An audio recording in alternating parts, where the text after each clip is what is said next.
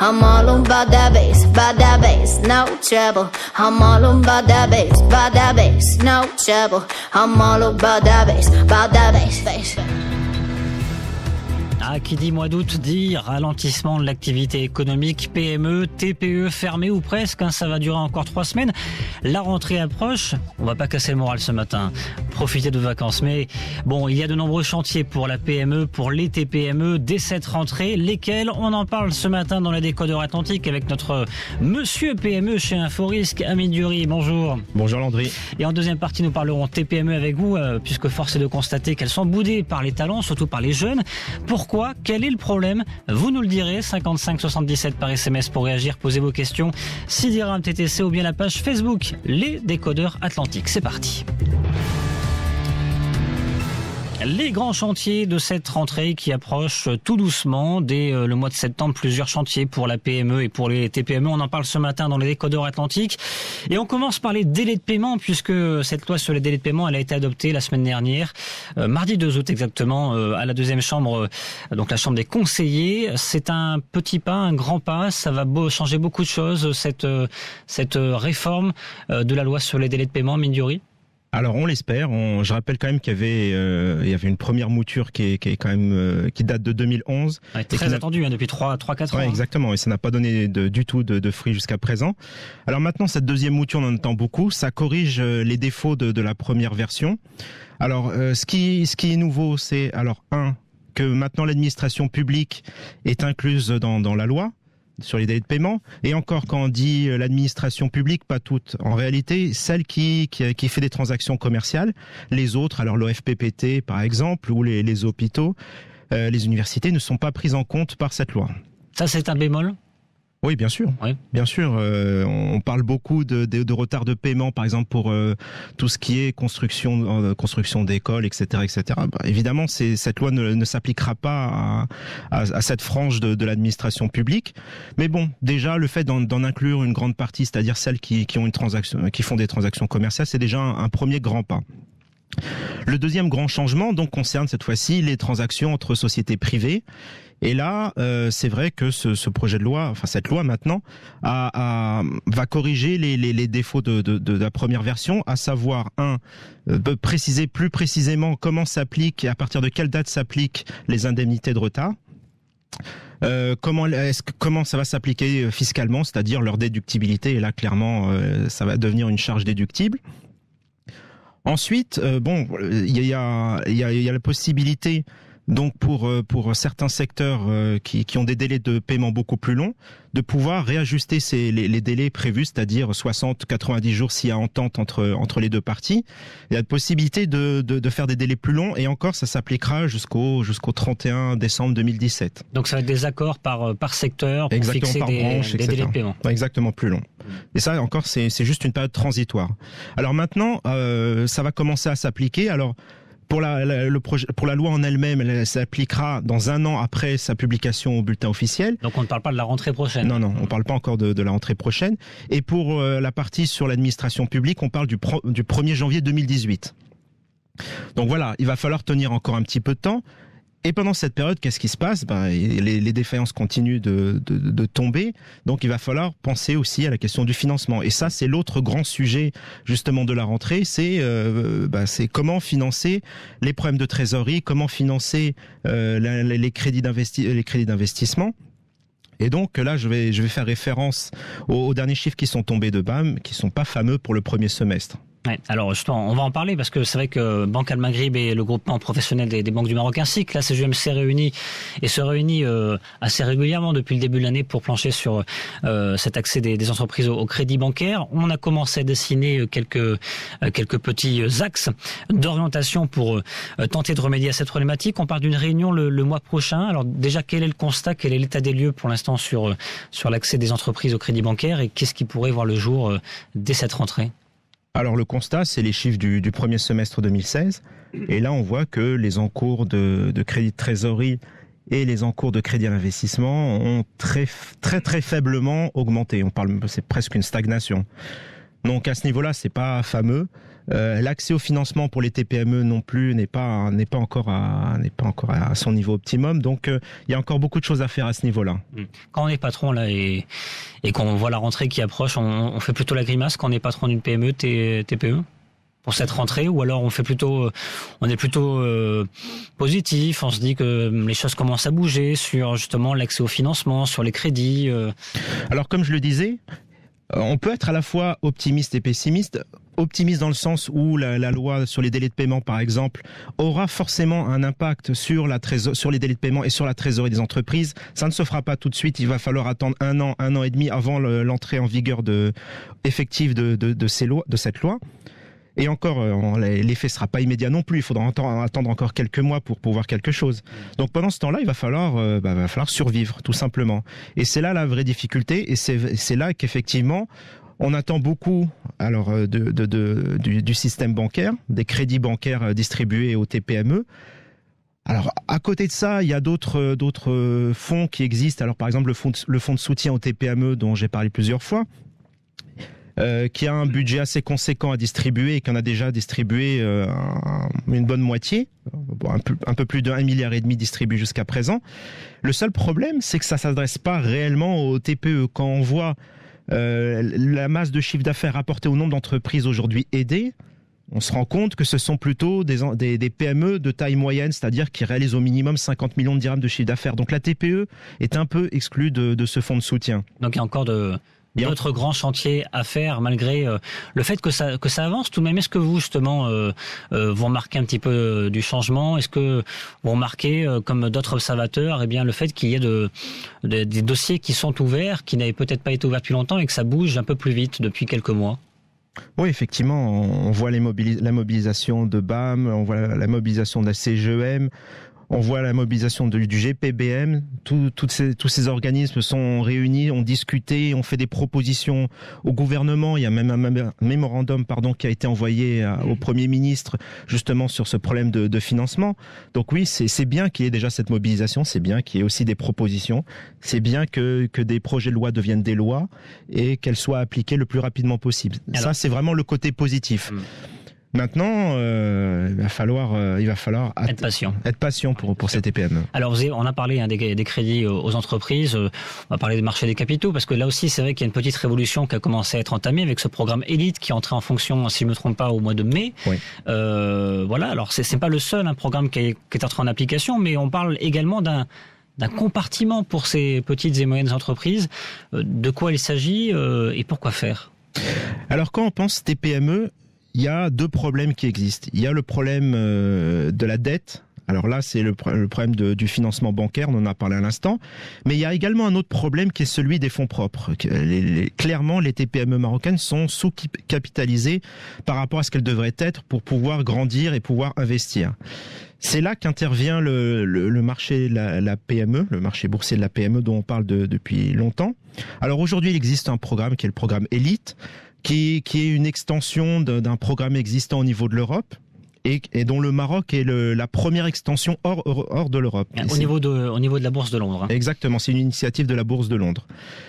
Alors maintenant, il faut être réaliste, ce programme Elite ne s'applique pas du tout aux TPME, PME classiques. Je veux dire, c'est les grosses PME marocaines qui sont déjà bien structurées, qui ont une organisation claire, qui ont des labels, etc. en termes de management. Mais ça va justement permettre peut-être de faire une bouffée d'oxygène pour ces grandes PME et du coup libérer peut-être la pression sur d'autres PME, TPE?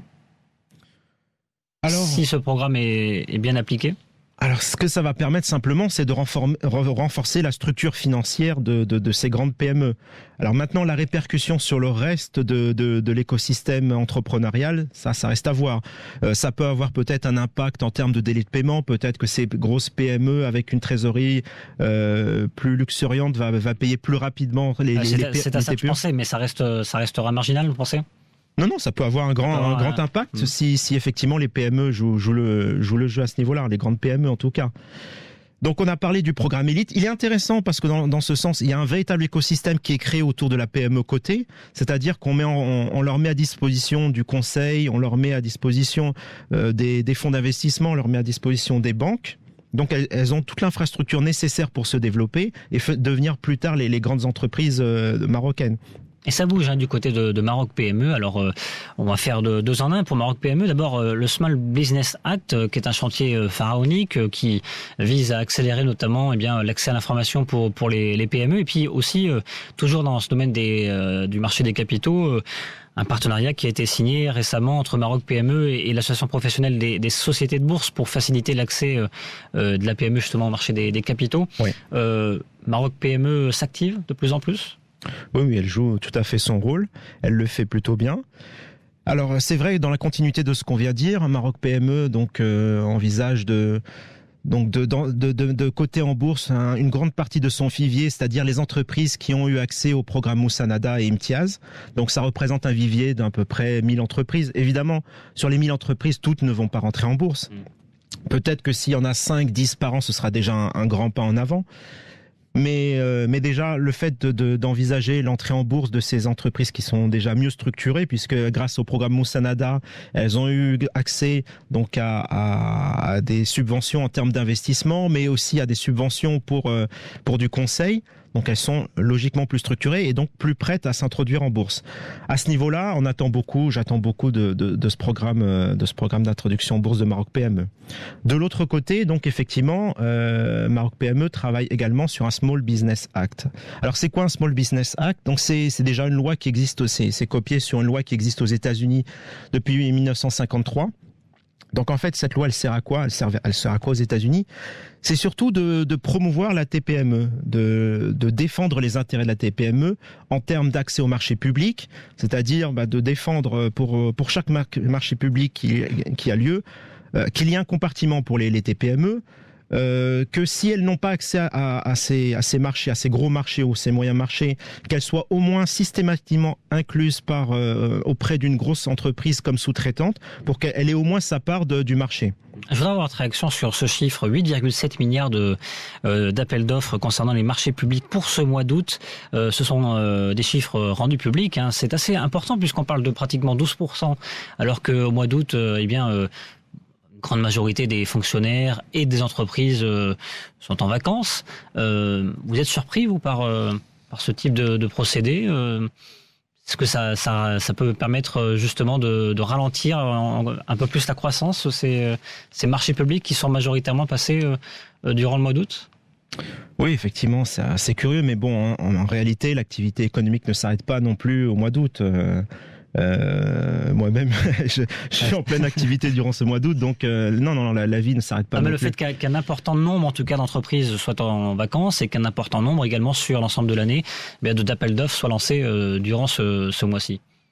Non, en réalité, pour moi, c'est pas une grosse surprise. Je veux dire, j'ai entendu parler justement hier, je discutais en discussion familiale et j'ai entendu parler d'entreprises justement qui avaient reçu des appels d'offres en plein mois d'août. Toute l'entreprise est mobilisée pour répondre à ça. Bon, c'est la vie de l'entreprise, ça m'étonne relativement peu.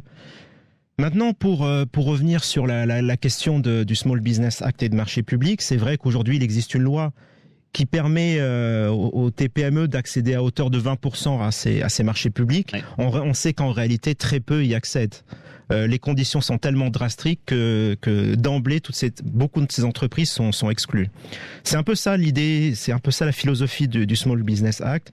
C'est de permettre justement aux TPME d'accéder plus facilement, c'est de permettre à celles-ci d'accéder également au financement bancaire et autres. Donc voilà, c'est un projet qui est en cours.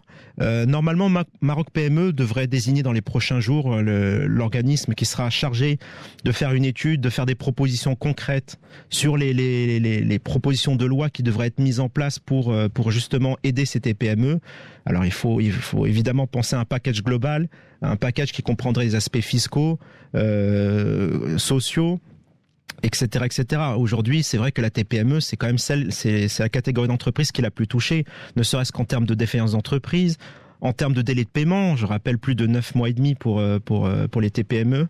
En termes de chiffre d'affaires, on voit que pendant près de 2 ans, les 2 dernières années, leur chiffre d'affaires ont diminué globalement. Une rentabilité qui s'effrite un petit peu, même beaucoup. Donc voilà, tout ça fait que c'est surtout la TPME qui a besoin d'être reboostée aujourd'hui.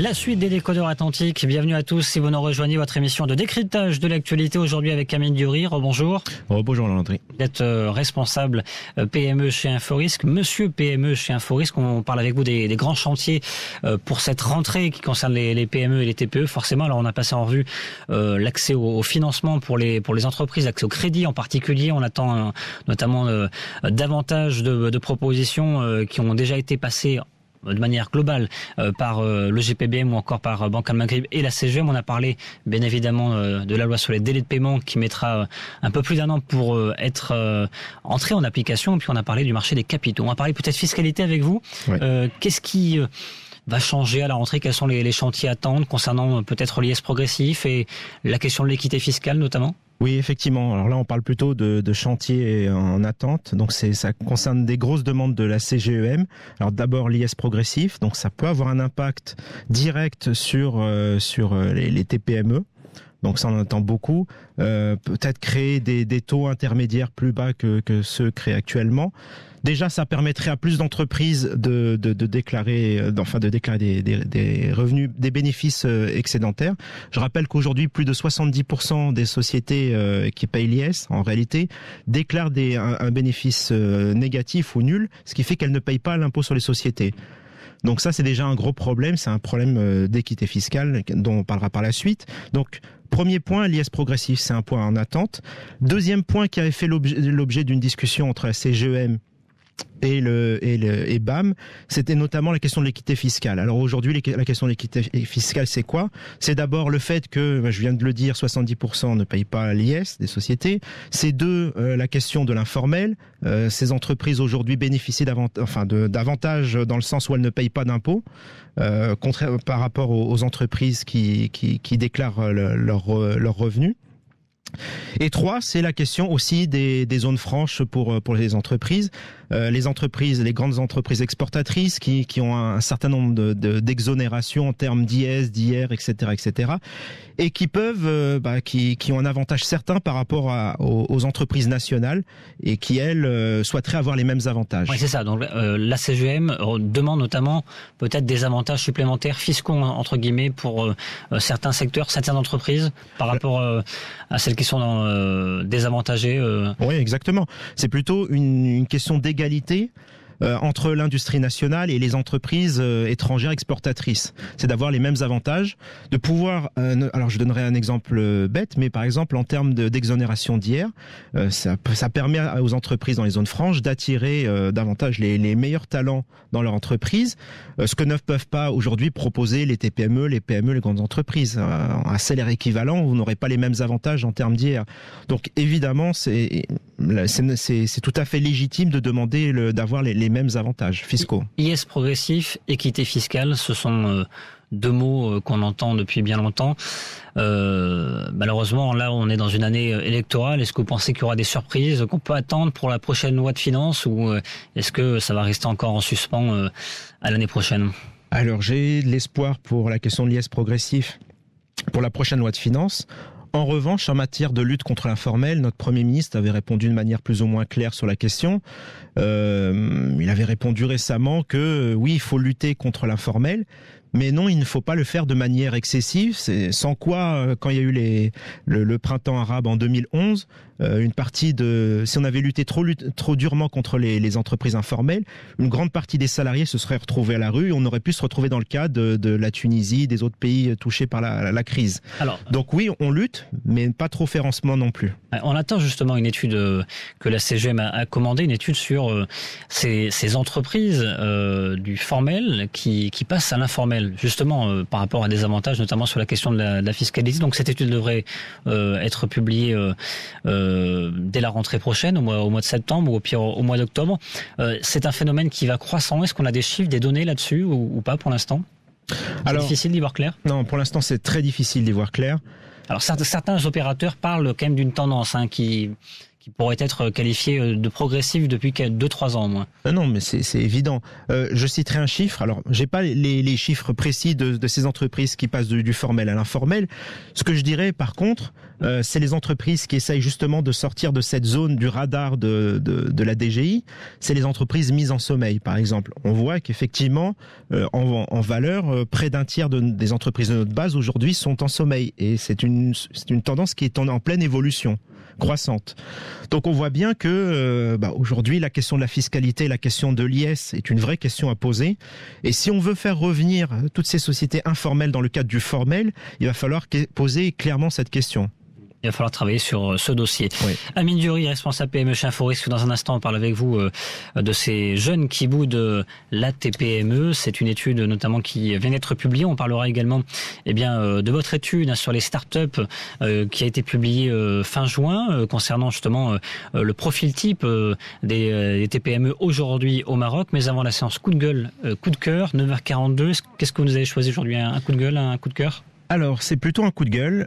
C'est un article qui portait sur un rapport du FMI, la compétitivité des entreprises marocaines qui est grevée par le coût du travail. En gros, sur la période 2013, on a vu que les coûts salariaux ont fortement augmenté. Il y a quand même eu 8 hausses successives du SMIC. Et entre-temps, la productivité des salariés n'a pas augmenté. Donc, ce qui fait que quand on met ça bout à bout, la productivité et donc la compétitivité des entreprises marocaines s'est dégradée, notamment par rapport aux concurrents internationaux. Donc ça, c'est un vrai problème. Alors, la question qui se pose, c'est qu'est-ce qui se passe? Pourquoi? Alors, d'un côté, on a des emplois à faible valeur ajoutée qui sont fortement liés justement à cette hausse du SMIC. Donc, quand on augmente successivement 8 fois ce SMIC, on voit clairement qu'on dégrade aussi, si la productivité n'augmente pas, on dégrade mécaniquement la compétitivité et la productivité du coût du travail. Donc, il y a ça d'un côté, et puis de l'autre, il y a un manque d'adéquation entre les besoins du marché, des entreprises, et ce que l'éducation aujourd'hui est capable de fournir en termes de compétences et de profils. Donc on voit de vastes questions, et pour l'instant, le FMI, lui, de son côté, tranche. Ah oui, c'est plus de flexibilité. Oui, effectivement, c'est la question de libéraliser le marché du travail. Bon, ça, je suis pas certain de la réponse, parce que chaque fois la question s'est posée aussi en France, chaque fois qu'on parle de libéraliser le marché du travail, après ça revient finalement à créer davantage de CDD et d'emplois précaires plutôt que des CDI. Je suis pas sûr que ce soit la meilleure solution pour améliorer les choses. On a quand même besoin d'une augmentation du coût salarial. Enfin, on a besoin de salaires intéressants pour pouvoir consommer. Et c'est d'ailleurs la consommation qui est un des principaux moteurs de la croissance marocaine sur cette période, voire le principal devant l'investissement. Donc oui, d'un certain côté, on a eu raison de favoriser les salariés, mais de l'autre, c'est vrai que si la productivité ne suit pas, au niveau des entreprises, on est moins compétitif à l'international et on vend moins de produits. Et c'est pour ça qu'aujourd'hui, la balance commerciale marocaine n'est pas excédentaire, elle est fortement déficitaire. Donc il va falloir se poser les bonnes questions à un moment donné. Eh bien, on va se poser des questions justement sur les jeunes et les TPME. On sait que le chômage est assez important chez les jeunes. Et pourtant, eh bien, ils boudent la TPME. 9h45 sur Atlantique Radio, place à notre deuxième sujet. Que se passe-t-il? Parce que c'est vrai, Amine Dury, on parle de pratiquement 50%. Un jeune sur deux aujourd'hui, entre 19 et 24 ans, selon les données du HCP. Je dis bien pratiquement, je crois que c'est 47% exactement qui sont au chômage aujourd'hui. Et pourtant, qu'est-ce qu'on voit? Eh bien, c'est que les jeunes aujourd'hui au Maroc boudent la TPME. Oui. Et pourtant, aujourd'hui, sur le 1,4 million d'entreprises qui existent au Maroc, près de 95% sont des TPME. Et là-dessus, il y a donc un laboratoire de recherche spécialisé sur la région MENA nous dit que près de 90% de ces entreprises sont prêtes à embaucher dans les 2 prochaines années. Donc, imaginez le vivier d'emplois possibles créés. Et pourtant, comme vous venez de le dire, ces entreprises sont boudées par les salariés. C'est quoi le problème? Bon, il y a plusieurs points qui rentrent en cause. Donc déjà des salaires bas. La plupart de ces entreprises déclarent pouvoir payer des salaires entre 2500 dirhams et 10 000 dirhams maximum. Alors c'est vrai que pour des profils assez qualifiés, 10 000 dirhams c'est quand même assez faible, notamment pour les plus diplômés et les plus compétents. Donc ça c'est le premier problème. Le deuxième problème, c'est aussi la peur des salariés sur le risque de défaillance des entreprises. On sait qu'aujourd'hui, l'essentiel des défaillances, des 5800 entreprises défaillantes, ce sont des TPME. Les salariés ne sont pas prêts à prendre des risques dans une entreprise s'ils voient qu'elle peut être défaillante. Oui, c'est normal, c'est humain. On a envie d'assurer un salaire, on a envie de continuité dans sa carrière professionnelle. C'est vrai que travailler dans une TPME, c'est un risque, oui, c'est vrai. Je vous dirais, on est aux États-Unis, on accepterait facilement de travailler même l'espace de 2-3 mois si c'est pour gagner son pain. Exactement, on va prendre le risque tout de même. Ici, il y a quand même peut-être aussi cette mentalité et cette volonté de travailler dans l'administration publique qui est inculquée aussi dans l'école, oui. qui peut être responsable de ces freins justement à une volonté d'aller dans des TPME qui sont parfois risquées. Oui, je suis complètement d'accord avec ce que vous venez de dire. C'est clair qu'il y a un problème pour moi de tempérament, de culture d'entreprise. La culture américaine, c'est une culture entrepreneuriale. On n'a pas peur d'aller travailler dans des startups, quitte à se casser la gueule au bout d'un an, de rechercher un autre travail au bout d'un an, de toucher des salaires moins importants, mais en contrepartie de gagner une expérience intéressante et de valoriser ça par la suite. Ici, c'est vrai qu'on est c'est un peu la culture française aussi, j'ai envie de dire, c'est la même chose. On a envie de travailler dans l'administration, on veut un salaire fixe relativement bas, mais travailler jusqu'à la retraite et toucher une retraite confortable, ou travailler dans les grandes entreprises pour ceux qui le peuvent, mais commencer tout en bas de l'échelle et peut-être arriver dans une structure pyramidale, arriver à la moitié de la pyramide au bout de 40 ans de carrière. Si c'est ça l'intérêt, oui, il y a des gens qui préfèrent ça. Je le comprends. Chacun a aussi ses plans de carrière, ses plans professionnels. En tout cas, on rappelle que dans les colonnes de l'Économiste au mois de juin, il y avait une étude qui disait qu'une bonne partie des jeunes lycéens envisageaient justement bien une carrière dans la fonction publique. C'est-à-dire qu'aujourd'hui, il y a encore beaucoup de travail à faire, notamment au sein de l'éducation, de la formation, pour inculquer cette notion du risque et de l'entrepreneuriat. Oui, il y a beaucoup à faire à ce niveau-là. Parce que en réalité, la TPME, ce n'est pas que du risque. Oui, c'est vrai que vous prenez un risque financièrement, professionnellement, l'entreprise peut se casser la gueule, c'est vrai. Mais il faut voir aussi les avantages. Les avantages, c'est que vous pouvez acquérir beaucoup plus facilement une expérience professionnelle enrichissante. C'est-à-dire que vous rentrez chez une grande entreprise, vous rentrez par exemple, imaginons chez Microsoft, c'est évident que quand vous commencez tout en bas de l'échelle, c'est hyper hiérarchique. Pour monter un échelon, il faut attendre plusieurs années, faire preuve de compétences, et encore, les compétences ne suffisent pas souvent, même dans l'administration, il faut aussi être un fin politicien pour pouvoir gravir les échelons et arriver tout au sommet. En réalité, si vous rentrez dans une TPME, si vous êtes bon, que vous êtes motivé, vous êtes capable de faire beaucoup de choses, vous êtes capable d'apprendre beaucoup de choses. Je vous donnerai mon cas personnel. En sortant de Dauphine et de l'EM Lyon, j'aurais très bien pu faire le choix de rentrer soit dans l'administration, dans des ministères, ou travailler dans une grande entreprise. J'ai fait le choix de la PME, et honnêtement, j'ai appris beaucoup plus vite en quelques années que certains dans une grande entreprise. Et puis, dans beaucoup de domaines, justement. Et puis, ce sont des lignes sur des CV. Sur son CV, ce sont des lignes qui vont compter, ce sont des bonus, c'est de l'expérience. Mais bien sûr, mais à partir du moment où vous êtes bon, vous êtes capable de faire, on est capable de faire beaucoup de choses, on est capable, ne serait-ce que moi, dans ma journée type, je vais vous dire, c'est du marketing, c'est de la communication, c'est de la finance, c'est du commercial, c'est tout ça en même temps. Je touche à beaucoup de choses et ça me permet effectivement d'enrichir mon CV, mais surtout d'enrichir mes compétences, mon profil et valoriser ça. Bien sûr, c'est important. Il n'y a pas que le salaire, et encore, je trouve que c'est un peu réducteur, effectivement, les résultats de l'étude. 2500, 10 000 dirhams, en réalité, dans une PME, vous pouvez gagner beaucoup plus si vous êtes bon. On va parler peut-être de cette étude réalisée par InfoRisque. Vous aviez été notre invité du Grand Morning d'ailleurs fin du mois de juin, étude start-up, étude sur le profil type, on va dire, des TPME au Maroc. Alors ce qui était frappant, c'est quand même 10 000 dirhams de capital social pour une grande majorité de ces TPME, c'est extrêmement faible. Comment on peut expliquer ce résultat ? Près de la moitié des entreprises créées se créent avec moins de 10 000 dirhams de capital social. Et plus des 3/4 de ces entreprises ont moins de 100 000 dirhams de capital. Alors aujourd'hui, avec un si faible montant, difficile à la fois de payer les délais de paiement, d'avoir un BFR suffisant pour tenir le coup face aux délais de paiement, et encore plus pour proposer des salaires intéressants à des jeunes qui seraient intéressés par la TPME. Donc là, clairement, il y a un problème de fonds propres dès le démarrage. Et donc là, on revient à notre premier sujet. Oui. On revient à la question du financement, des crédits. C'est important aussi. Ça compte dès le départ peut-être dans une entreprise ? Alors, je vais pas tout mettre non plus sur le dos des banques. C'est pas le rôle des banques de financer les salaires des salariés. C'est à l'entrepreneur, dès le démarrage, de se dire quelles compétences il a besoin pour créer son entreprise, pour pouvoir évoluer rapidement. Et clairement, les compétences qui sont le plus recherchées par une TPME, par une start-up au démarrage, c'est quoi ? C'est du commercial, évidemment, il faut faire de la vente, du développement des affaires, c'est du management par la suite. Mais pour attirer ces profils-là et les bons profils, il faut proposer des salaires intéressants, donc plus de 10 000 dirhams. Donc derrière, il faut avoir des fonds suffisants, au moins 1 an de salaire, je dirais, pour pouvoir recruter ces profils intéressants et pour pouvoir voir son entreprise se développer.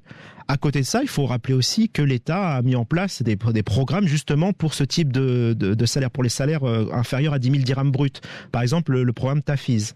On parle de la question des stages aussi, où il pourrait y avoir encore davantage d'efforts qui soient faits pour intégrer notamment des stagiaires dans les entreprises dans les prochains mois. Ça, c'est une option qui peut être payante pour inculquer cette notion justement de risque et de cette volonté de bouger peut-être en entreprise, d'entreprise pour davantage d'expérience. Oui, c'est une bonne chose. Effectivement, c'est une bonne chose pour inculquer cet esprit entrepreneurial, cette envie de travailler dans une TPME. Maintenant, ça résoudra pas le problème de la croissance de ces entreprises. Il faut clairement pas des stagiaires, mais des profils compétents, des profils plutôt bien payés, des gens qui ont de l'expérience, qui savent vendre, qui savent manager une équipe. Et ces profils-là, ils sont pas forcément donnés.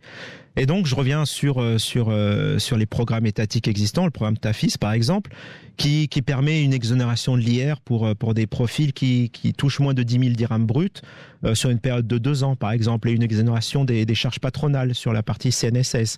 Donc tout ça, c'est un encouragement justement pour recruter des profils intermédiaires dans ces TPME. Maintenant, il faut aussi que, au niveau des salariés et des jeunes qui sortent de l'école, ils aient envie de s'insérer sur le marché du travail dans ces TPME et ne pas attendre l'administration. Très honnêtement, oui, aujourd'hui, il y a clairement un problème d'emploi. Aujourd'hui, en 2015, 33 000 créations d'emplois nettes, alors qu'on était sur près de 120 000, 130 000 créations sur la période 2003, 2013, 2014. Donc, il y a un net ralentissement. Il faut créer de l'emploi. Il y a des besoins au niveau de la TPME. Les entreprises veulent recruter, mais elles ne trouvent pas. Il y a un problème de ressources humaines également. Alors là, effectivement, on revient sur la question éducation-formation. Vous parlez des programmes justement pour encourager à l'employabilité, notamment de jeunes. C'est des programmes qui sont assez connus ou au contraire, il manque de promotion. Il faut peut-être axer davantage sur le volet promotion de ces programmes.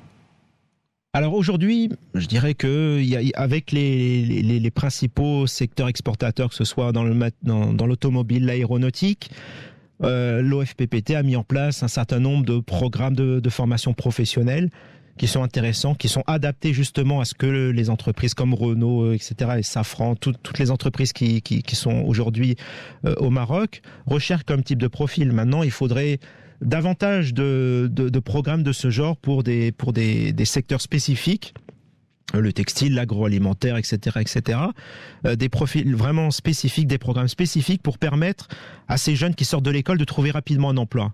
Ça sert à rien d'avoir des programmes hyper généralistes où on sait très bien compter, mais finalement, en sortant, on sait rien faire réellement de concret et on passe son temps à déposer des CV et finalement ne pas trouver grand-chose. Il faut, à mon avis, aller sur des programmes plus spécialisés, plus courts et orientés entreprise. Bon, on retiendra le conseil principal, j'ai envie de dire, de Amine Diori, responsable PME chez Inforisque pour les entreprises notamment, c'est bien embaucher des profils en tout cas pointus, compétents pour bien démarrer, c'est la base la plus importante. Je pense qu'effectivement, quand on est entrepreneur et qu'on pose un business plan, il faut prévoir dans une ligne du business plan suffisamment d'argent pour recruter un profil qui va développer son entreprise. Sinon, c'est pas la peine. Amine Diori, responsable PME chez Inforisque. Merci beaucoup. À très bientôt pour un prochain numéro des Décodeurs Atlantiques. Vous restez avec nous dans un instant. Votre point sur l'actualité en langue arabe avec Morad Baba. Je vous retrouve demain pour un prochain numéro des Décodeurs Atlantiques. Excellente matinée.